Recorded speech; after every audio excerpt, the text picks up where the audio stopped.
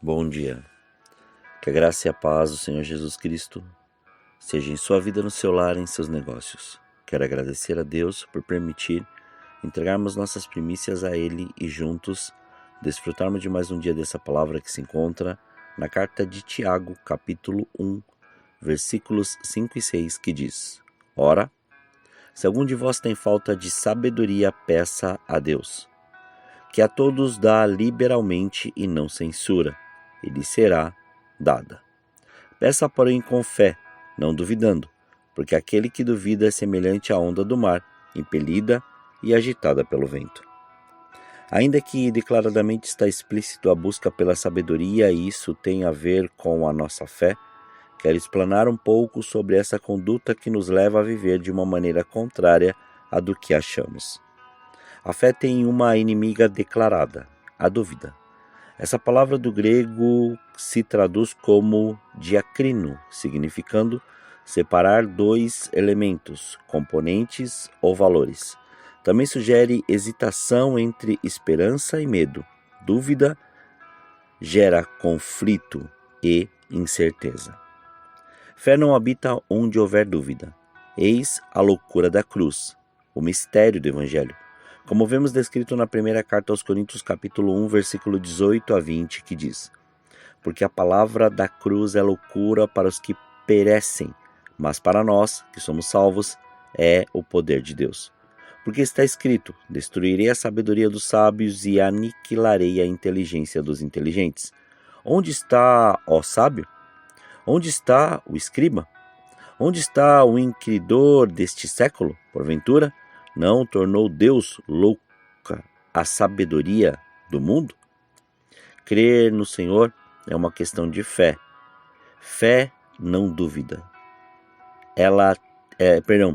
A fé ela não duvida, ela tem certeza, mesmo diante do invisível. E esse invisível é tão verdadeiro para os que têm fé que passa a ser concreto. Se ele é concreto, é prova. Se é prova, é real, é inquestionável. Como vemos descrito na carta aos Romanos, capítulo 1, versículo 17, que diz: De fé em fé se descobre a justiça de Deus, porque está escrito: o justo viverá pela fé. Viver pela fé significa ser elevado acima do possível. Fé é um universo eterno, onde habita o coração dos que creem. Esse coração convive com a graça divina e que recebe também do que é divino. Fé se firma no túmulo vazio de Jesus, na cruz que outrora o sustentou, mas que agora se ergue sem ele, que ressuscitou. Na fé, é ele quem nos sustenta. Tenha fé, não duvide em seu coração. Onde houver dúvida, é impossível que haja fé. Acredite em todo o tempo, mesmo que não haja circunstâncias para isso. Firme-se na palavra viva e eficaz que é Jesus. Ele estará segurando suas mãos para que ande sobre as águas. Mas não duvide. Pedro duvidou e afundou.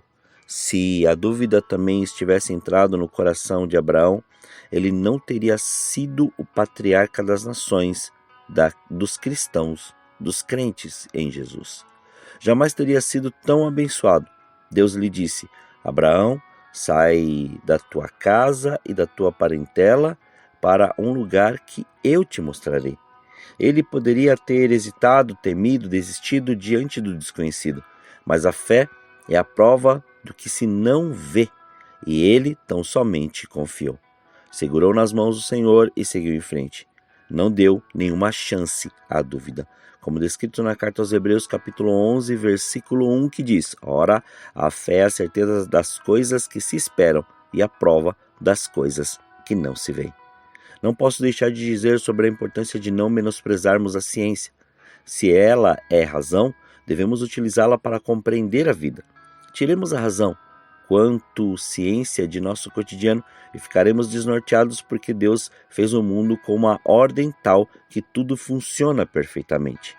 Ele criou a ciência como lógica sustentável. O cientista Albert Einstein, fascinado com as descobertas sobre o universo, falou: Deus não joga dados com o mundo.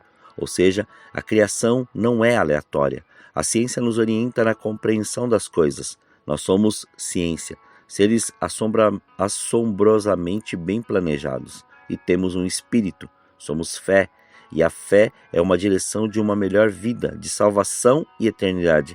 Em assuntos de fé não cabe dúvida, em assuntos de ciência ela é necessária, a dúvida move as pesquisas. Eis um trecho das Escrituras que define perfeitamente a importância da fé e da razão, descrita na carta aos Romanos capítulo 12, versículos 1 e 2, que diz: Rogo-vos, pois, irmãos, pela compaixão de Deus, que apresenteis os vossos corpos em sacrifício vivo, santo e agradável a Deus, que é o vosso culto racional. E não sede conformados com este mundo, mas sede transformados pela renovação do vosso entendimento, para que experimenteis qual seja a boa, agradável e perfeita vontade de Deus. Nosso culto deve ser racional, pensado, lógico e equilibrado, para que possamos ponderar a maneira certa e errada, sermos críticos e não nos deixarmos levar pelo engano. Agora, na medida que conhecemos, a fé aumenta e a dúvida se vai. E na carta aos Romanos capítulo 10, versículo 17, afirma esse modo de mudar nosso modo de ouvir e estar atento à voz do Senhor pelos princípios da palavra que diz: de sorte que a fé é pelo ouvir e o ouvir pela palavra de Deus. Essa é a fé que não duvida, aquela que conhece a Deus. Conhecer a Deus é não duvidar de que Ele sempre fará o melhor por nós. Assim Paulo diz para Timóteo, na segunda carta a Timóteo, capítulo 1, versículo 7, que diz: Porque Ele não nos deu um espírito de temor, mas de fortaleza e de amor e de moderação. No silêncio, no barulho, na alegria, na dor e em todos os momentos de nossa vida, tenhamos a certeza de que Deus cuida de nós, para além do que possamos compreender. E nós nem sempre precisamos compreender, mas crer. Ter fé é continuar crendo diante do sim, do não e do silêncio de Deus. É amá-lo quando Ele tudo nos dá ou quando não recebemos. Se você conhece a palavra, lembrará que a fé é exercitada quando tudo se mostra contrário ao cumprimento do que cremos. Abraão precisou se manter animado por um filho diante de sua idade e de sua esposa, aparentemente incapazes de gerar.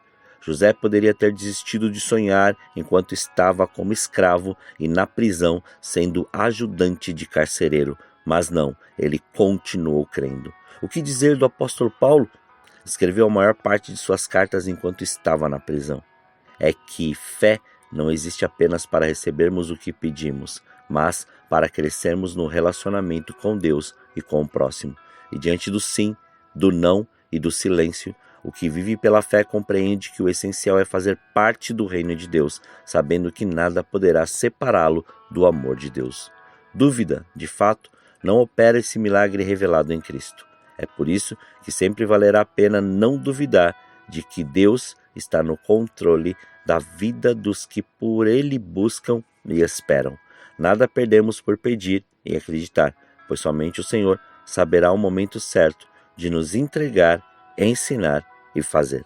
Independente do que Ele nos responda, prossigamos servindo e semeando em todas as áreas da nossa vida, pois para cada semente plantada haverá uma colheita sem limites. Oremos. Pai, nós te louvamos e te agradecemos. Graças te damos por esse dia. Obrigado pela sua presença, obrigado pelo seu amor. Somos gratos, Pai, por tudo que o Senhor tem feito e da maneira que o Senhor tem feito. Somos gratos por esse fôlego de vida. Somos gratos pelo seu amor, pela sua graça, pela sua unção, pela sua presença. Somos gratos pelo seu amor. E isso, Pai, é maravilhoso, porque a cada dia o Senhor nos faz andar de fé em fé e de glória em glória. Mesmo diante das circunstâncias, situações, problemas, dificuldades, até mesmo diante da alegria e da abundância, porque nós não podemos tirar a nossa fé, os nossos olhos, o nosso coração e a nossa vida da sua presença, para que a cada dia a sua glória seja manifesta. Então, em nome de Jesus, estabeleça o seu reino, Pai, em nós.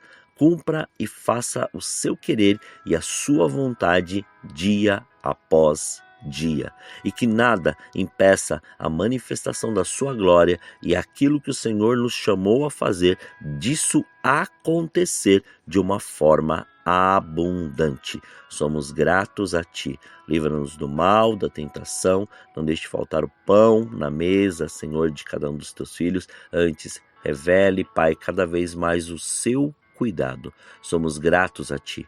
Consagramos este dia, consagramos nossas vidas, consagramos tudo diante do Seu altar, para que cada dia mais o Senhor, Pai, nos intensifique e aumente a nossa fé, para nós crermos, ó Pai, em tudo aquilo que o Senhor já nos ensinou através da palavra e tem nos mostrado dia após dia. Somos gratos a Ti, Pai. Mais uma vez consagramos este dia, consagramos tudo que temos e que somos, consagramos todos os nossos sentidos para tudo o que formos fazer, seja para a glória do Seu nome.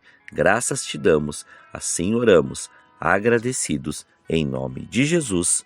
Amém. Que você tenha um dia abençoado na presença do Senhor. E quem vos fala é o pastor Leandro Araújo, de São Paulo, capital. Deus te abençoe grandemente.